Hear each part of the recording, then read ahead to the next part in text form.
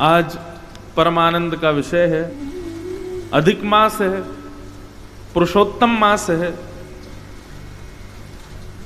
पुरुषोत्तम मास की बड़ी महिमा है, परंतु पुरुषोत्तम मास में स्नान की बड़ी महिमा है।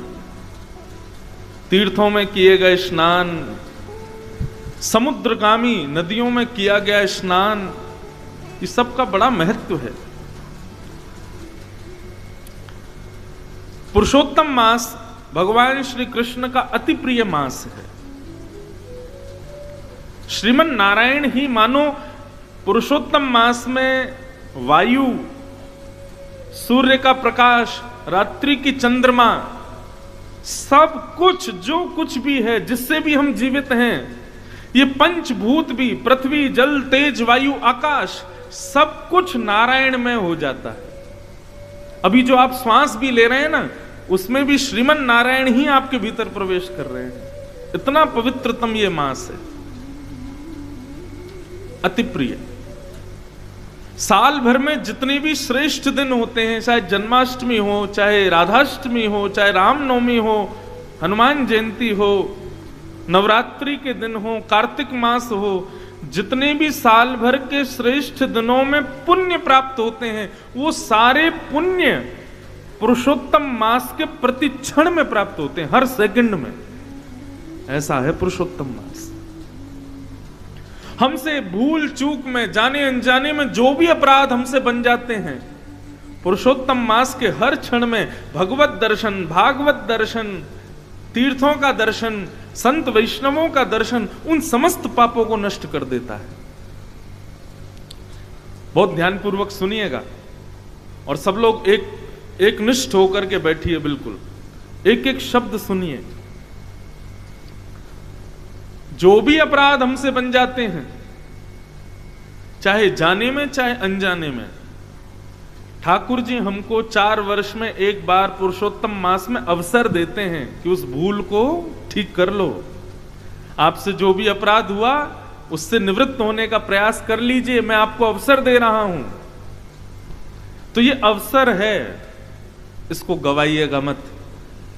आज हमारी बात मान के कथा पूर्ण होने के बाद में अपने अपने कक्ष में जाइएगा और एक कागज पेन लेके सारी लिस्ट बनाइएगा, हमने कितने अपराध हमसे हो चुके हैं जो हमको पता है, या फिर हम क्या क्या अपराध रोज ही करते हैं, कौन कौन से अवगुण हमारे भीतर विराजमान हैं, इन सब चीजों की लिस्ट बनाइएगा और सबको एक बार अवलोकन करके 7 दिन तक नित्य उनका दर्शन कीजिएगा। ये मेरे अपराध हैं, ये हमारे अवगुण हैं, हे गंगा मैया कृपा करो, हे भागवत जी आप कृपा करो, हे पर्वतराज हिमालय, हे बद्री केदारनाथ भगवान आप कृपा करके हमको परम पवित्र करो। हम संकल्प लेते हैं आज के बाद ऐसा नहीं करेंगे। और 7 दिन बाद अपने अवगुणों की वो पर्ची, उस पर पुष्प आदि लग करके, तिलक आदि लगा करके बढ़िया उसको गंगा जी में प्रवाहित कर देना। लेकिन संकल्प के साथ गंगा मैया को वचन देना कि आज के बाद नहीं करेंगे, आप इस बार हमको पवित्र कर दो। बस आप अपनी पर्ची उसको प्रवाहित कर देना, गंगा मैया आपको परम पवित्र कर देंगे। ये पुरुषोत्तम मास आपको नारायण में बना देगा। इसलिए इस अवसर को चूकिएगा नहीं, जितना हो सके इस अवसर का लाभ लीजिए। इन 7 दिनों तक नियम बनाइए। वैसे तो कहते हैं कि पुरुषोत्तम मास के, कई लोग पूछते महाराज जी नियम क्या है? एकादशी का जो नियम होता है ना, वो पूरे मास भर का नियम है। ये सबसे श्रेष्ठ नियम है।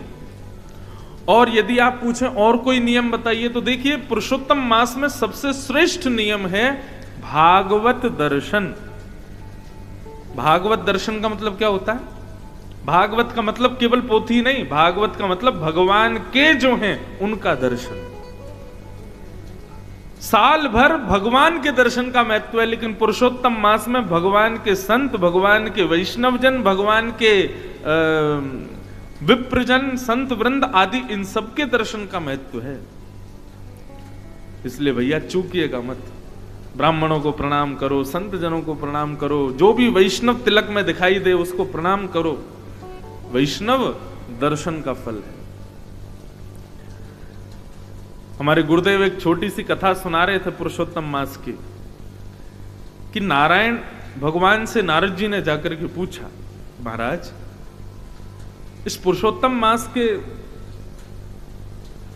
भाव का फल क्या है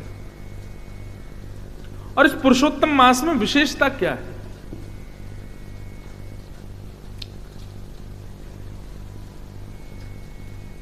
तब भगवान श्रीमन नारायण बोले, देखो अब हम तुमको बताएंगे तो तुमको शायद इतना समझ नहीं आए, तो एक प्रैक्टिकल करके बताते। नारद जी बोले, बताइए। बोले, नीचे अमुक नाम पर एक तालाब है, उस तालाब में एक मछली है, उस मछली से जाकर के पूछो पुरुषोत्तम मास का फल क्या है। नारद जी हंसने लगे, बोले मछली से जाकर के पूछूं मैं? भगवान बोले, हमारी आज्ञा है, इसको स्वीकार करो, जाओ तुरंत। नारद जी महाराज पृथ्वी पर जहां भगवान ने बताया तो वहां आए, तालाब में एक मछली थी। नारद जी ने जाके प्रणाम किया, जय हो मत्स्य देवता, भगवान की आज्ञा हुई है कि हम आपसे पूछें कि पुरुषोत्तम मास का फल क्या है, कृपा करके बताइए। बहुत सावधानी से सब लोग श्रवण करो।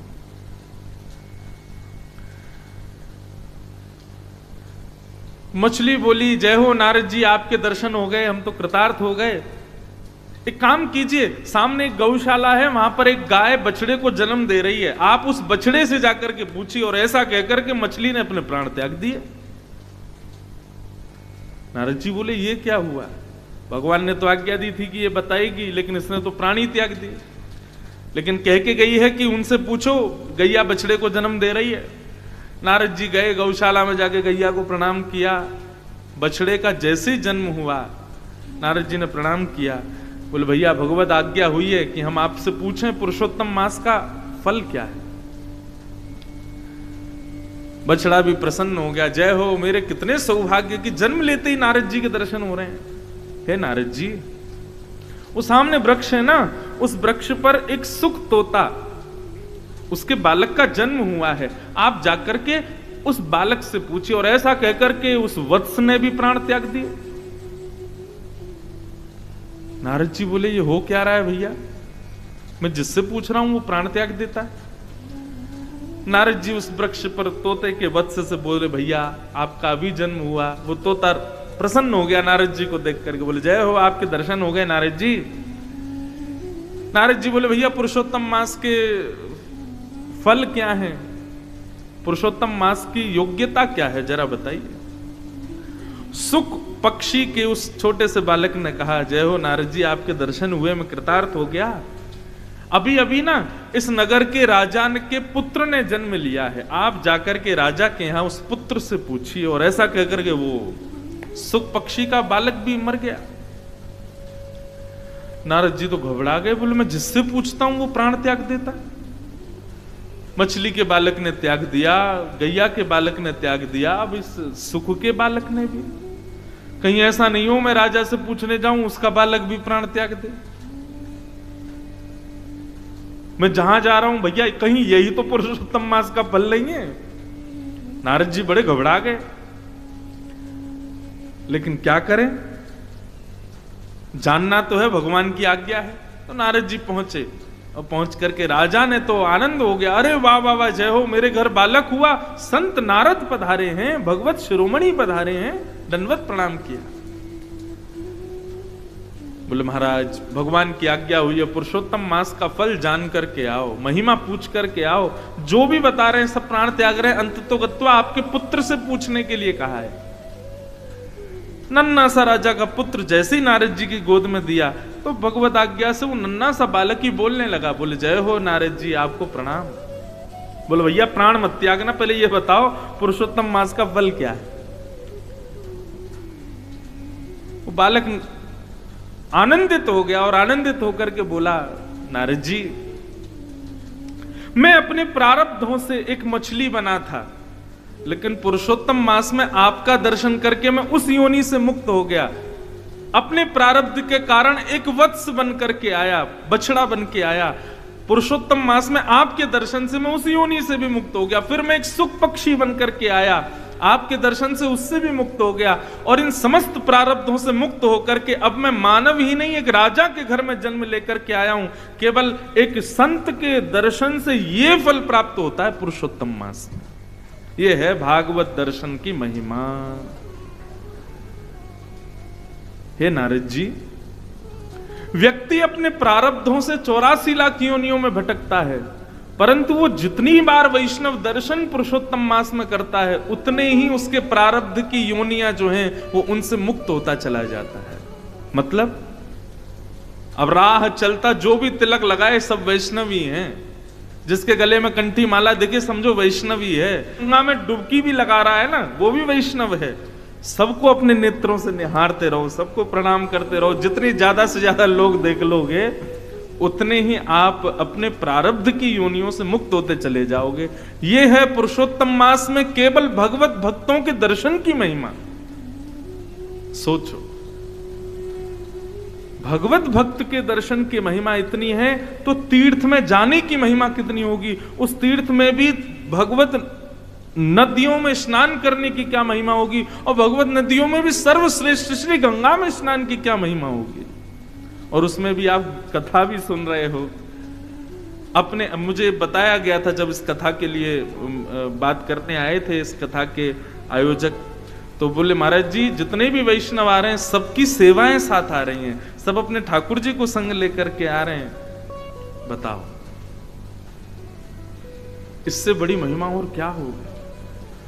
गंगा स्नान, भागवत की कथा श्रवण, तीर्थ दर्शन, वैष्णव दर्शन, भक्त दर्शन, भगवत सेवा, और आप जो प्रसाद भी पाओगे, भोजन भी करोगे, वो सामान्य अन्य आहार नहीं है, वो भी प्रसाद है। 24 घंटे में से कम नहीं तो 18-19 घंटे तो आप लोग केवल भगवत में ही रहने वाले हो। निश्चित ही इस पुरुषोत्तम मास में किए गए हमारे द्वारा कर्म जो हैं वो जीते जी। अच्छा, अब इसके पीछे एक बात और, महाराज जी हमारे पुरुषोत्तम मास में किए गए नियम का फल हमको क्या मांगना चाहिए? ठाकुर जी से क्या फल मांग रहे हैं? वैसे तो हम वृंदावन वाले हैं, वृंदावन वाले कछु फल ना मांगे ठाकुर जी से, वृंदावन वाले फल ना मांगे, वृंदावन वाले ठाकुर जी को मांगे। हे नाथ हमारे सब कर्मों का फल ये मिल जाए कि श्याम सुंदर हमको प्राप्त हो जाए, ठाकुर जी हमको प्राप्त हो जाए। तो इस पुरुषोत्तम मास में आप जो भी कुछ करके जाएं, संकल्प लीजिएगा गंगा का जल लेकर के, हे गंगा मैया हमारे सब सत्कर्मों का फल हमको केवल ये दे दो कि श्री वृंदावन बिहारी लाल का मृत्यु से पहले प्रत्यक्ष दर्शन हो जाए, बस और कुछ नहीं चाहिए हमको। बस ये मांग करके जाइएगा। और भैया जितना हो सके दीन रहने का प्रयास करना। ये अवसर है, 1 महीने की एक प्रकार से जैसे लोग बीमार हो जाते हैं, मोटे हो जाते हैं, कोलेस्ट्रॉल बढ़ जाता है, शुगर बढ़ जाता है, तो अपनी थेरेपी के लिए पंचकर्म वगैरह करवाने जाते हैं, दक्षिण भारत में जाते हैं, हिमालय पे जाते हैं। तो ऐसे ही हमारे पाप, काम, क्रोध, लोभ, ईर्ष्या, द्वेष, अभिनिवेश, अहंता, ममता, ये जो भी हमारे भीतर हैं, ये सब रोग हमको लग गए हैं। तो ठाकुर जी ने 30 दिन के लिए पंचकर्मा कराने के लिए भेजा है। ये पुरुषोत्तम मास, अपने एक एक भाव को शुद्ध कर लीजिए, आनंदित हो जाइए। खूब प्रेम से सब लोग कथा श्रवण कीजिए। कृष्णं नारायणं वंदे, कृष्णं वंदे व्रजप्रियं, कृष्णं द्वैपायनं वंदे, कृष्णं वंदे प्रथासुतं।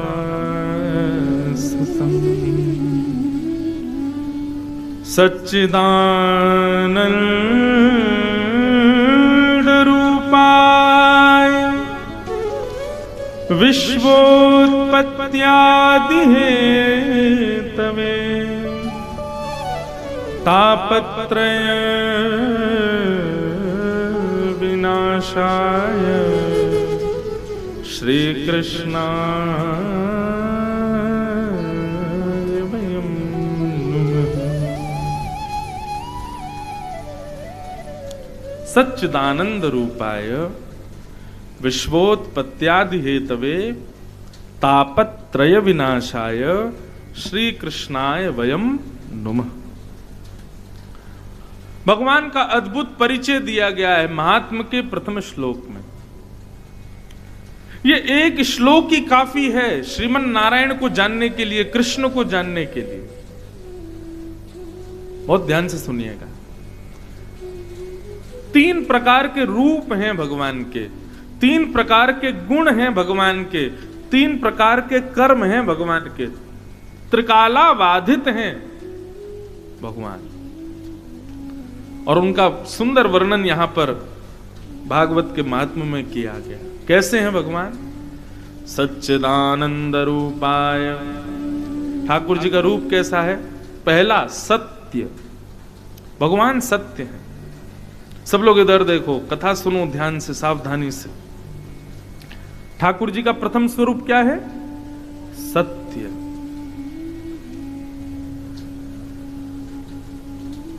भगवान सत्य हैं, सब जानते हैं, लेकिन मेरी दृष्टि में एक भाव है, उनको सत्य इसलिए कहा जाता है क्योंकि उनके सामने जाने के बाद व्यक्ति के भीतर कितनी भी सत्यताएं छुपी हो सब प्रकट हो जाती हैं। बहुत ध्यान से समझिएगा इस बात को। आप अपने अवगुणों को अपनी पत्नी से छुपा लोगे, पत्नी अपने भावों को पति से छुपा लेगी, बच्चे माता पिता से छुपा लेंगे, सबसे आप अपने भावों को छुपा लोगे। लेकिन ठाकुर जी के सन्मुख जाते ही कई लोग कान पकड़ते हैं। क्यों पकड़ते हैं? ए नाथ, आप तो सब जानते हो मेरे अंदर क्या क्या है, मैं कैसा हूं, ये पड़ोसी को देख करके मुझको कितनी जलन होती है, आपको सब पता है। किसी की उपलब्धि मुझसे देखी नहीं जा रही है, आप सब जानते हो नाथ। मैं एकादशी के दिन चुपके चुपके रोटी खा लेता हूं, आपको पता है नाथ। आप सब जानते हो नाथ, आपसे क्या छुपा है। हमारे भीतर जितने भी असत्य हैं जो हमने सबसे छुपाए हैं, ठाकुर जी के सामने सहज सब प्रकट हो जाते हैं, इसलिए वो सत्य हैं। व्यक्ति कितना भी बनावटी रूप धारण कर ले संसार को रिझाने के लिए, लेकिन ठाकुर जी के सामने जाकर के उस सब वास्तविकताएं उसको याद आ जाती हैं। मैं कितना क्रोधी हूं, मैं कितना कामी हूं, कितना लोभी हूं, कितना द्वेष मेरे भीतर बड़ा है, ये सब ठाकुर जी के सामने प्रकट हो जाता है, इसलिए वो सत्य हैं। क्यों? क्योंकि व्यक्ति के हृदय से सत्य को प्रकट करा देते। उनके जैसे सूर्य के प्रकाश आते ही अंधेरा रुकेगा नहीं। सूर्य के प्रकाश आते ही कितनी भी बहुमूल्य वस्तु हो, अंधेरे में जो दिख नहीं रही है वो प्रकट हो जाती है। ऐसे ठाकुर जी के सामने जाते व्यक्ति के सारे विकार, सारे असत्य प्रकट हो जाते हैं, इसलिए वो सत्य है। तो भगवान का पहला स्वरूप क्या है? सत्य। ठाकुर जी का दूसरा स्वरूप है चैतन्य। भगवान चैतन्य है। केवल जड़ में ही उनका दर्शन मत करो, केवल मूर्ति में ही वो है, ऐसा नहीं। हमारे वृंदावन में, मैं एक बात कथाओं में कहा करता हूं, हमारे वृंदावन में जिसको देखो राधे राधे राधे राधे, जय श्री राधे राधे राधे बोलते, बेचारे कन्हैया तो कोने में कहीं बैठे हैं। जय श्री कृष्ण हम बार कोई 2-4 लोग बोलते, नहीं तो वृंदावन में सब राधे राधे ही बोलते हैं।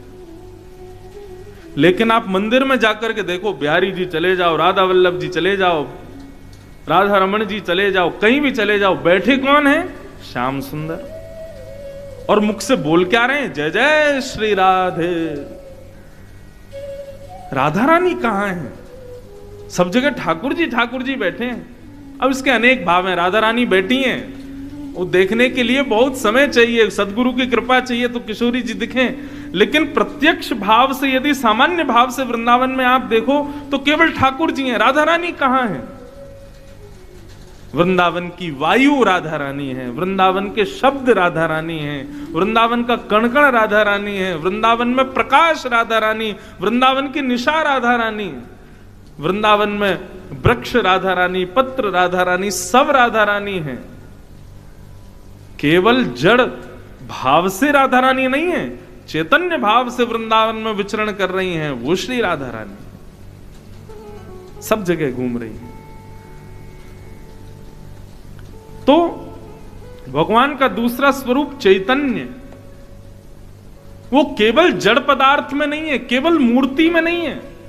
ठाकुर जी चैतन्य हैं, प्रत्यक्ष हैं। वो केवल जड़ में ही प्रकट हो गए ऐसा नहीं है, वो चैतन्य भी रहते हैं। इसका दूसरा अर्थ यह है भैया चलते फिरते उठते बैठते हर मानव चैतन्य है, तो इसका मतलब उनके भीतर ठाकुर जी हैं। गीता में भगवान कहते हैं ईश्वरः सर्वभूतानां हृदय सेर्जुन तिष्ठते। सबके भीतर भगवान बैठे हैं। और इसका सबसे बड़ा कारण क्या है? व्यक्ति के अंदर भगवान है, इसका सबसे बड़ा उदाहरण क्या है? बहुत ध्यान से सुनिएगा। व्यक्ति को आप स्पर्श कर रहे हो, व्यक्ति के आप संग बैठे हो, व्यक्ति के आप संग खा रहे हो, कब तक? जब तक वो जीवित है। लेकिन जैसे ही उसके प्राण निकल जाते हैं, क्या आप उसके बगल में बैठोगे? क्या आप उसका स्पर्श करोगे? क्या आप उसको अपने पास बैठाओगे? क्या अपने घर में रखोगे? नहीं। प्राण निकलते ही मैं इस पंक्ति को निश्चित अपनी हर कथा में गाता हूं। सूरदास जी कहते हैं जा प्रियतम सो प्रीत घनेरी। प्राण निकल जाने के बाद सो देख डर जइने। जा प्रियतम सो प्रीत घनेरी। जा प्रियतम सो प्रीत घनेरी। जा प्रियतम सो प्रीत घनेरी। जा प्रियतम सो प्रीत घनेरी। सो देख डर जइने। सो देख डर जइने।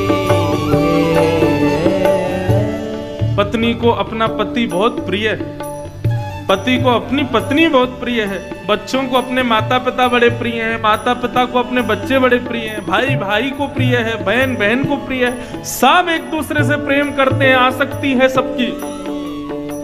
लेकिन जैसे ही हम जिससे प्रेम करते हैं वो अपने प्राण त्याग देता है। हम रोते जरूर हैं, हम बिलखते जरूर हैं, लेकिन उस समय कोई कह दे अच्छा भैया रो मत, एक काम करो इनको तुम अपने कमरे में ही रखो, है ना, वहीं रखो इनको, बढ़िया रोज सुबह श्रृंगार करना, अब खाएंगे तो है नहीं, रोज इनका भोग लगा देना, रखो इनको अपने घर के साथ ही, मत भेजो इनको शमशान घाट, अपने घर में ही रखो। रखोगे? नहीं रखो। भाई बंधु जो सब उससे प्रेम करते हैं, वो पंडित जी मुहूर्त कब है, कब ले जाना है इनको शमशान घाट? अरे भैया तुमसे बहुत प्रेम करता था, 2-4 दिन रख लो। अरे नहीं महाराज, रख नहीं सकते। क्यों? दुर्गंध आने लगेगी शरीर में से, अब इसके प्राण चले गए हैं, अब ये हमारे किसी काम का नहीं है। वो प्राण जो चले गए हैं वही चैतन्य भगवान है, जिसकी वजह से वो किसी का भाई था, जिसकी वजह से वो किसी का गुरु था, जिसकी वजह से वो किसी का पति था। वो व्यक्ति किसी का नहीं था, उसके भीतर बैठे चैतन्य सबके थे। वही चैतन्य भगवान का दूसरा रूप है। मन पंछी उड़ जई है जा दिन, मन पंछी उड़ जई है। मन पंछी उड़ जई है जा दिन, मन पंछी उड़ जई। सूरदास जी कहते हैं बिन गोपाल को नहीं अपनो, बिन गोपाल को नहीं अपनो, बिन गोपाल को नहीं अपनो, बिन गोपाल को नहीं अपनो। जासों की रहती रही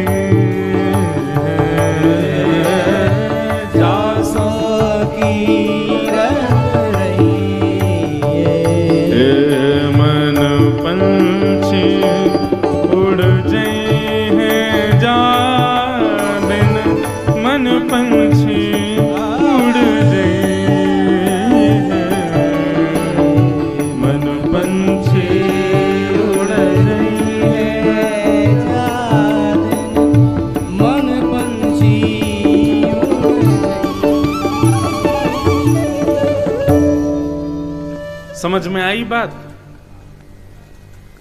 भगवान का पहला स्वरूप कौन सा बताया था, और दूसरा चैतन्य कैसे हैं भगवान, समझ में आया? आगे चलें। अब भगवान का तीसरा स्वरूप आनंद। ऋषिकेश में बैठे हो, बढ़िया मौसम हो रहा है, चारों तरफ हरियाली है, क्या सुंदर गंगा जी बह रही हैं, मंदम मंदम मंदम जलधारा ऊपर से गिर रही है। हमारे आयोजक परिवार ने एक से एक रसोइया बुलाए प्रसाद बनाने के लिए, सब लोग पाओगे। बढ़िया जैसी तैसी कथा है, व्यास जी सुनाएंगे। बताओ सुख मिल रहा है कि आनंद आ रहा है? क्या अंतर है दोनों में? सुख में और आनंद में अंतर क्या है? जिस वस्तु का उपभोग करने पर, जिस वस्तु का उपयोग या उपभोग करने पर उस वस्तु की रसता धीरे धीरे कम होने लग जाए, उसको सुख कहते हैं। जैसे कि रसगुल्ला आपने खाया, तो एक खाने के बाद में दूसरा जब खाओगे तो पहले में जो स्वाद आया था वो दूसरे में नहीं आएगा, धीरे धीरे कम होने लग जाता है। महंगे फोन, 1.5 लाख का 2 लाख का फोन खरीद के लाओगे तो उसको डिब्बे से निकालते ही चलाने में जो सुख मिलेगा वो उसके अगले दिन कम हो जाएगा, उसके तीसरे दिन और कम हो जाएगा, चौथे दिन और कम हो जाएगा, धीरे धीरे कम होता चला जाएगा। 1 करोड़ की 1.5 करोड़ की गाड़ी लेकर के आओगे शोरूम से, पहले दिन बैठने में जो सुख मिलेगा धीरे धीरे वो कम होता चला जाएगा। 25,000 रुपए प्रतिदिन के महीने के कमरे में किसी होटल में रुकोगे तो प्रवेश करते ही जो सुख मिलेगा वो हर क्षण में कम होता चला जाएगा। संसार की हर वस्तु जिसका उपभोग करने पर उसके उपभोग से मिलने वाला सुख कम होता रहे, उसी को सुख कहते हैं। लेकिन ऐसी वस्तु जिसका उपभोग करने पर रस का वर्धन होता रहे, उसको आनंद कहते हैं। और वो आनंद केवल ठाकुर जी की कथा और ठाकुर जी के दर्शन, वैष्णव संग और ये मधुर आनंद में ही होता है। ये है सुख में और आनंद में अंतर।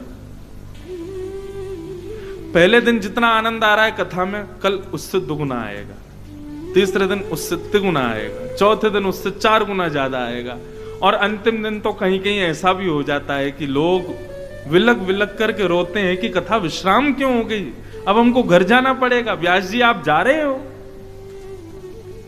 एक जगह मेरी कथा हुई थी, वहां तो मुख्य यजमान जो थे वो मूर्छित ही हो गए 7वें दिन। मंच पर मुझको विदा करने के लिए जब तिलक करने आए तो जो मुख्य यजमान थे वो मूर्छित हो गए, बेहोश हो गए, विरह में कि कथा जा रही है, अब हमारे यहां कथा विश्राम हो गई। आनंदाम बुद्धिवर्धनम प्रतिपदम, जो हर क्षण में जिस सुख का वर्धन जहां पर होता है उसको आनंद कहते हैं। और क्षमा कीजिएगा, संसार के लोग इस बात को समझते नहीं है। आध्यात्म भक्ति मार्ग हर क्षण में सुख का वर्धन करता है, हर क्षण में सुख को बढ़ाता है। अरे कहां तक कहें, कृष्ण और श्रीमन नारायण की चरण सन्निधि में रहने वालों को रोने में भी सुख मिलता है। संसार के लिए रोते हैं तो मन होता है कोई आए, हमको चुप करा दे, हमको हृदय से लगा ले, हमारे आंसू पहुंच दे। लेकिन जब भगवत विरह में आंसू निकलते हैं ना, तब मन होता है कोई ना आवे, मुझे कोई रोके ना, मुझे कोई टोके ना, थोड़ा एकांत में रहने दो, मुझे छेड़ो मत, मुझे रोने दो। क्यों? ये सुख दे रहा है। इसको कहते हैं आनंद, जो प्रतिपद, प्रति क्षण में, प्रति सेकंड में आपके सुख को बढ़ाता है और उसका वर्धन करता है।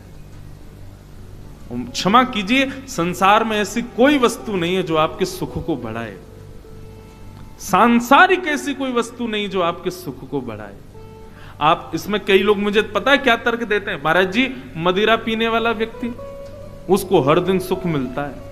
अरे मैंने कहा कभी पूछना उससे, जब वो मदिरा पान ना करता हो तब पूछना, भैया तुमको अच्छा लगता है? तो पता क्या बोलेगा, ना बिल्कुल अच्छा नहीं, मैं तो चाह रहा हूं छूट जाए। लेकिन मेरी इंद्रियां इसके प्रति आसक्त हो गई हैं।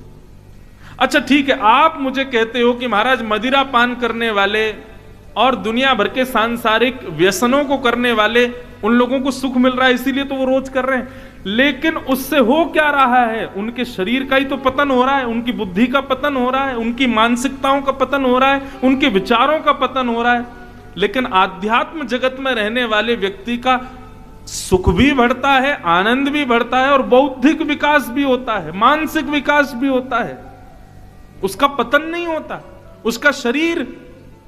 आहा, अब ये मानस जी की कथा करके आए ना, तो एक सुंदर विषय उसमें आया कि हनुमान जी जब विभीषण के यहां गए, लंका में जब घूम रहे थे, तो जैसे ही विभीषण के घर गए, बाहर देखा धनुष बाण चित्र लगा है, राम राम की ध्वनि आ रही है, तो हनुमान जी ने ब्राह्मण का वेश धारण किया और जैसे ही विभीषण के पास पहुंचे हैं, तो विभीषण जानता नहीं है कि ये कौन है। हनुमान जी आए थे, ब्राह्मण बन के आए, लेकिन हनुमान जी ब्राह्मण के वेश में आए तो विभीषण ने बिना पहचान के भी हनुमान जी को दंडवत प्रणाम किया, बोले जय हो भगवान, आप बड़े बड़े पधारे। हनुमान जी को थोड़ा संकोच हुआ, कहीं पहचान तो नहीं गया मुझको। एक आध बार दर्पण में देखा, बोले यार लग तो ब्राह्मण ही रहा हूं, इसको ये मुझे प्रणाम क्यों कर रहा है? तो हनुमान जी ने पूछा, विभीषण क्या आप हमको जानते हो? क्या आपको पता है हम कौन हैं? विभीषण बोला, मैं आपको जानता नहीं हूं, मुझे नहीं पता आप कौन हो। पर हनुमान जी बोले, तो फिर तुमने हमको प्रणाम क्यों किया और हमको इतना स्याह के देख क्यों रहे हो? विभीषण ने जो उत्तर दिया ना, विभीषण कहता आप जो भी हो मैं नहीं जानता, पर जब से मैं आपको देख रहा हूं तब से मुझे राघव की बड़ी याद आ रही है, जब से मुझे राम जी बड़े प्यारे लग रहे हैं, मेरा बार बार मन हो रहा है मैं थोड़ा और भजन कर लूं, मैं थोड़ी और सेवा कर लूं। जब से आपको देखा मुझे ऐसा लग रहा है मैं ठाकुर जी के और समीप पहुंच गया, तो अब मुझे और पहचान की जरूरत नहीं कि आप कौन हो, पर आप जरूर कोई वैष्णव हो। तुरंत हनुमान जी अपने रूप में आ गए। मतलब क्या समझ में आई बात? लोग कहते हैं महाराज व्यसन करने वालों को भी तो सुख मिल रहा है। अरे उनको देख करके और नेगेटिविटी आ जाती है अंदर। अभी मदिरा पी करके कोई आ जाए इस पंडाल में, आप क्या करोगे? पीछे के लोग ही 4-5 लोग उसको भगा देंगे यहां से। फ्लाइट में बैठे हो, बगल वाला मद्यपान कर ले, मांस खा ले, तो आपका दिमाग ऐसा हो जाता है। अब हम वैष्णव हैं, हम लोगों को तो ठीक लगता नहीं, लेकिन वैष्णव कैसा? वो जिस क्षेत्र में जाता है, जिस स्थान पर जाता है, जिस सभा में पहुंच जाता है, वहां के लोगों के हृदय में अत्यंत शांति, उसमें कुछ कहा नहीं है, लोग उसको जानते नहीं, लेकिन फिर भी उनका हृदय परम शांत हो जाता है। मैंने प्रसंग सुना है, क्योंकि स्थान उन्हीं का है इसलिए मैं कह सकता हूं। हमारे परम पूजनीय श्री भाई जी,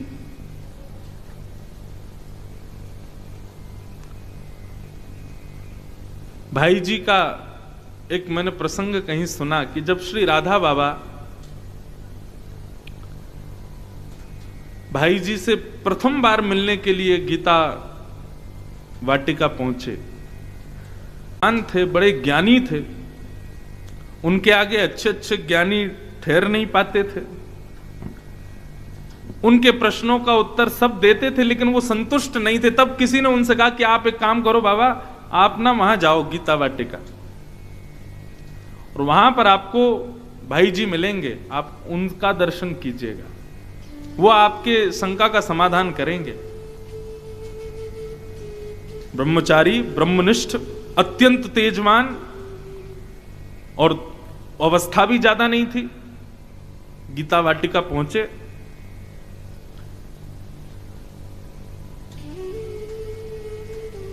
पूज्य भाई जी संतों को प्रसाद पवा रहे थे, तो किसी ने कहा बाबा आप थोड़ा विराजो, भाई जी अभी आ रहे हैं।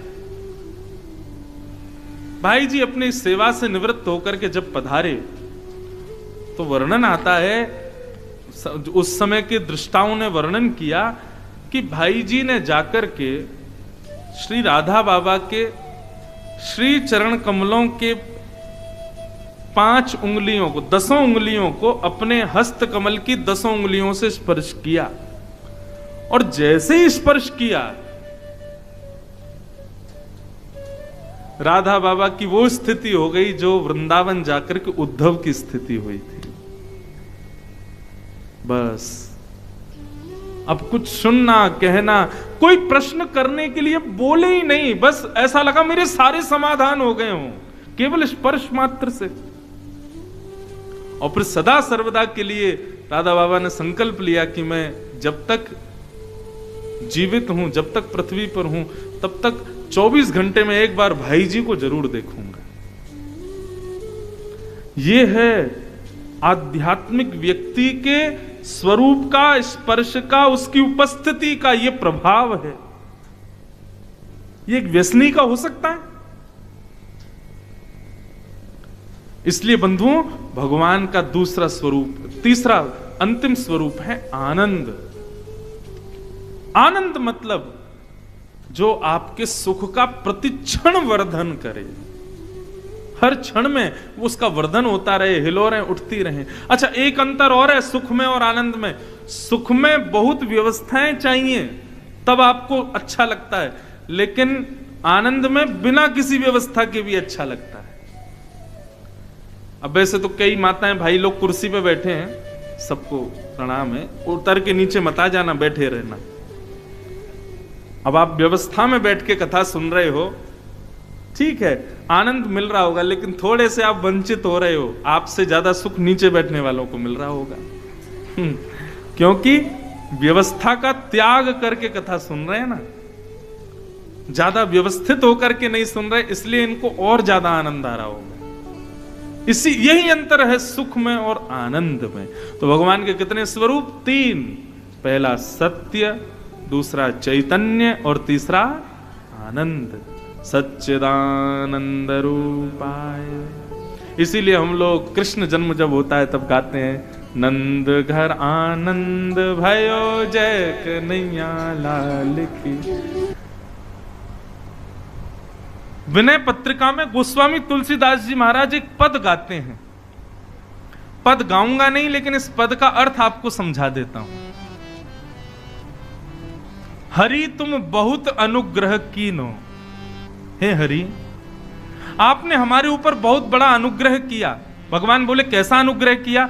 तब श्री तुलसीदास जी कहते हैं, साधन धाम विबुध दुर्लभ तन मोह कृपा कर दीनो।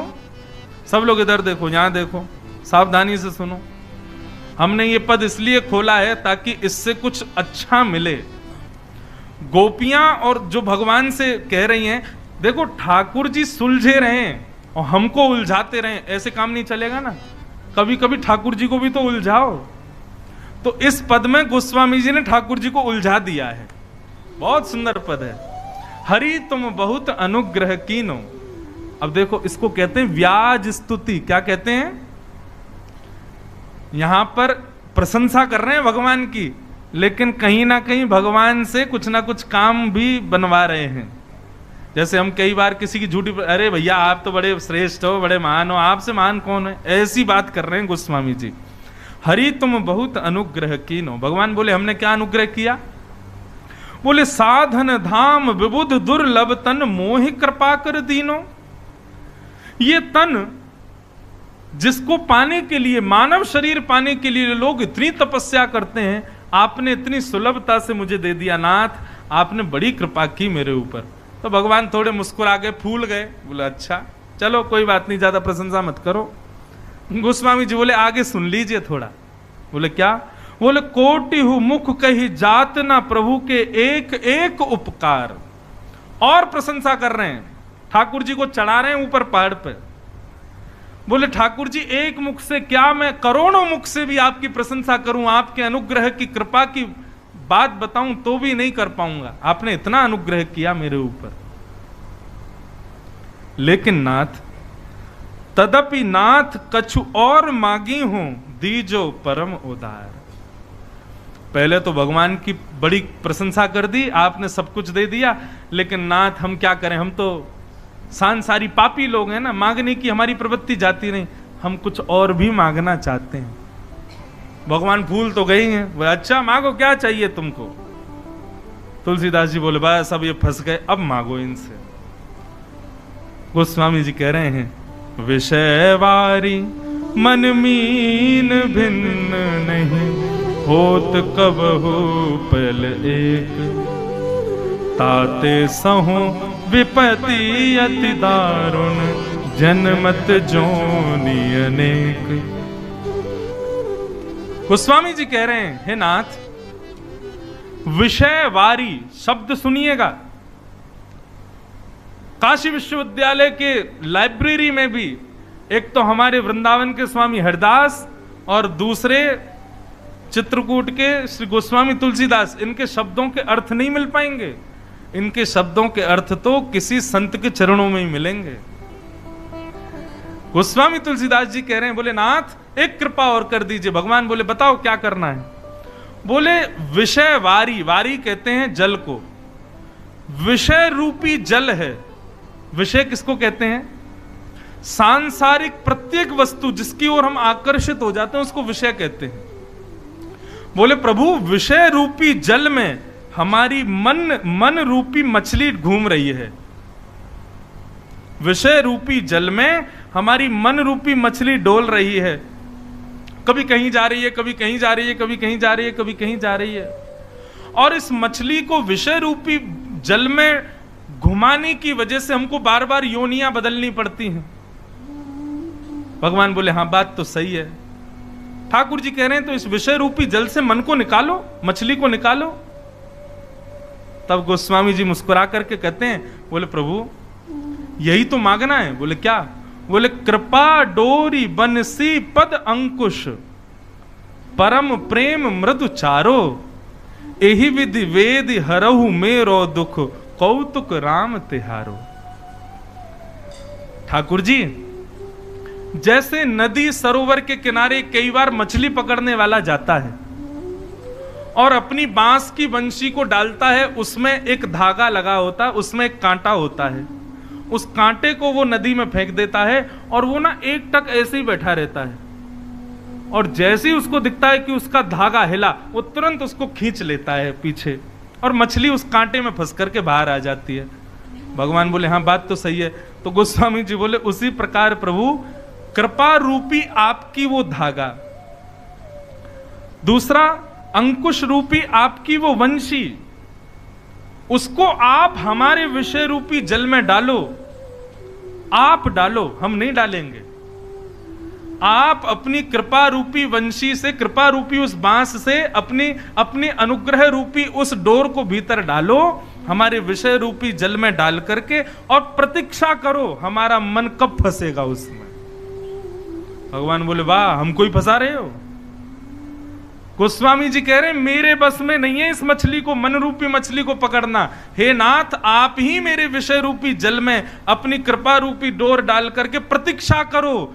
मेरा मन जिस दिन आपकी कृपा रूपी रस्सी से टकरा जाए तुरंत उसको खींच करके बाहर निकाल लीजिएगा। कितनी चतुराई। मैं नहीं कर पा रहा इस मन को एकाग्र, मैं नहीं बचा पा रहा विषयों से इस मन को, आप करो ठाकुर जी। भगवान बोले अच्छा तुम बेटा बहुत चतुर हो, लेकिन ये नहीं जानते हो कि हम तुमसे भी बड़े चतुर हैं। गोस्वामी जी बोले तो बताओ आप क्या कह रहे हो। बोले हम ये कह रहे हैं विषय में डाला किसने उस मन को? तुमने, तो हम क्यों निकालें? बोले प्रभु आप बात तो बहुत सही कह रहे हो, लेकिन एक बात बताइए विषयों का निर्माण किसने किया और इन विषयों को भोगने के लिए इंद्रियां किसने दी? इंद्रियों में विषय भोगने की इच्छा किसने प्रदान की? सब में आपका ही नाम आ जाएगा। तो इसलिए नाथ तुलसी दास यही जीव मोहि रजू, जेही बांध्यो सोई छोरे। आपने मुझे विषय में बांधा है, इसलिए आप ही मुझको छुड़ाओगे, मेरे बस की नहीं है छूटना। गोस्वामी जी की बात सुनकर के राम जी प्रसन्न हो गए। वाह गोस्वामी जी आपकी इस चतुराई पर हम न्योछावर हैं। ठाकुर जी विषय आपने बनाए, हमारी इंद्रियां आपने बनाई और विषय भोगने की इच्छा आपने प्रकट की, तो मैं क्यों एकाग्र करूं मन को? आप करो, आप मेरे मन को संभालो, बस प्रतीक्षा करो। मैं किसी दिन आपकी कृपा रूपी डोरी से टकराऊं बस। अभी आप लोग जितने भी यहां बैठे हो सब टकरा ही रहे हो, लेकिन हमने ठाकुर जी से कहा ही नहीं है कि हमारे मन को खींच लेना, इसलिए खींच नहीं रहा है। एक आध के खिंच गए होंगे। इसलिए भैया ये कथाओं में जाना, वृंदावन जाना, सत्संग में जाना, एक प्रकार से भगवान की कृपा रूपी उस कांटे से टकराना है। लेकिन खींचे ठाकुर जी, इसकी प्रार्थना ठाकुर जी से करो। वही बात गोपियां कह रही हैं, हे नाथ, आपको पीड़ा हो रही है कि हम सब छोड़ छाड़ के चली आई हैं आपके पास, ठीक है हम चली जाएंगी, हमारा मन आपके पास है, उसको वापस कर दो।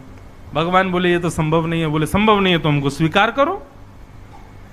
अंत तो गत्वा ठाकुर जी ने सब गोपियों को स्वीकार किया और उनके साथ रास विहार करने लगे। लेकिन इतने में कामदेव आ गया। भगवान बोले तुम क्यों आ रहे हो? बोले सुंदर स्त्री पुरुष हैं, मैं तो आऊंगा।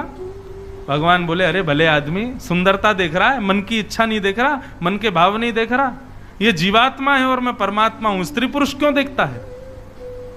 कामदेव बोला मैं तो आऊंगा। भगवान बोले तो आओ। जैसे ही कामदेव ने राजभूमि में प्रवेश किया, ठाकुर जी ने अपने रूप को इतना सुंदर बना लिया कि उनके रूप को देख के मूर्छित होकर गिर गया। मारना ही नहीं पड़ा, रूप पर ही मोहित हो गए। ठाकुर जी बड़े सुंदर हैं हमारे। चांद सा सलोना मुख, लटें घूंघरारी हैं,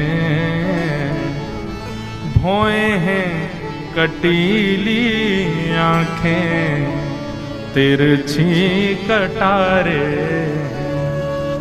खोया के मधुर रसीले वचन, हो मेरा या पे अटक गया मन। कामदेव मोहित हो गया और सब गोपियों ने भगवान को मदन मोहन नाम से उच्चारण करना प्रारंभ किया। बोलो मदन मोहन लाल की जय। जो काम को भी अपने ऊपर मोहित कर ले वो मदन मोहन। भगवान गोपियों के संग सहज हो गए, गले में गलवैयां डालने लगे। गोपियों को पसीना आए तो अपने ही पटका से पोंछने लगे। गोपियों को अभिमान हो गया कि हम बड़ी सुंदर हैं, इसलिए हमारे रूप पर ठाकुर जी मोहित हो गए। ये बात जानते ही ठाकुर जी को अच्छा नहीं लगा कि इनको अभिमान हो रहा है। अभिमान जानते ही ठाकुर जी समस्त गोपियों के बीच से अंतर्ध्यान हो गए। सब गोपियां यत्र तत्र सर्वत्र खोजने लगी, लेकिन श्याम सुंदर नहीं मिले। तब यमुना पुलिन पर जाकर के गोपियों ने गोपी गीत गाया। अभिमान जानते ही ठाकुर जी समस्त गोपियों के बीच से अंतर्ध्यान हो गए। सब गोपियां यत्र तत्र सर्वत्र खोजने लगी, लेकिन श्याम सुंदर नहीं मिले। तब यमुना पुलिन पर जाकर के गोपियों ने गोपी गीत गाया। हम लोग गंगा के पुलिन पर बैठे हैं, गंगा के तट पर बैठे हैं। जिनको गोपी गीत आता हो मेरे साथ गाइएगा, जिनको नहीं आता फोन में खोल लो, फिर भी गाओ सब लोग। आज पुरुषोत्तम मास के पावन अवसर पर गंगा जी के तट पर ऋषिकेश में हम आप सब लोगों ने गोपी गीत और श्रीमद् भागवत के एक संपूर्ण अध्याय का पाठ किया है। गोपी गीत का यदि कोई व्यक्ति सहस्त्र गान कर ले, 1000 बार गा ले गोपी गीत, एक दिन में एक बार या 1000 दिन में एक एक गावे,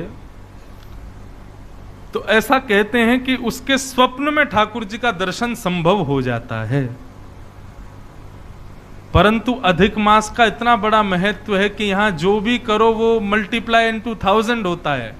आपने अभी जिन लोगों ने भी मेरे साथ संपूर्ण गोपी गीत गाया, गंगा के तट पर गाया, तो बाकी के स्थानों पर तो मल्टीप्लाई इनटू 1000 होता होगा, लेकिन गंगा के तट पर तो मल्टीप्लाई इनटू 10,000 हुआ होगा। आज 10,000 गोपी गीत हमारे संपूर्ण हुए और अब प्रतीक्षा करो, स्वप्न में ठाकुर जी आएंगे। स्वप्न में निश्चित उनका दर्शन होगा। ये हम व्यासपीठ से आपको कह रहे हैं।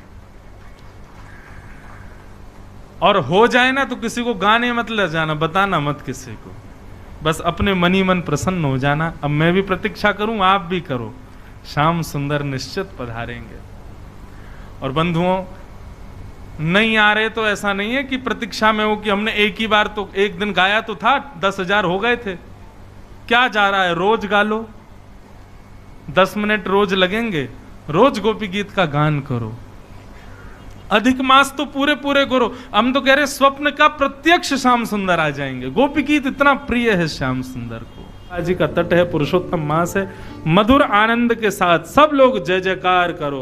बोलो वृंदावन बिहारी लाल की, श्री बद्रीनाथ भगवान की, श्री केदारनाथ भगवान की, गंगा यमुना मैया की, पर्वतराज हिमालय की, सब संतन की जय, सब ऋषियों की जय, पुरुषोत्तम मास की, भागवत महापुराण की, देवादिदेव महादेव शंकर भगवान की जय। जय श्री राम। नमः पार्वती पतये हर हर।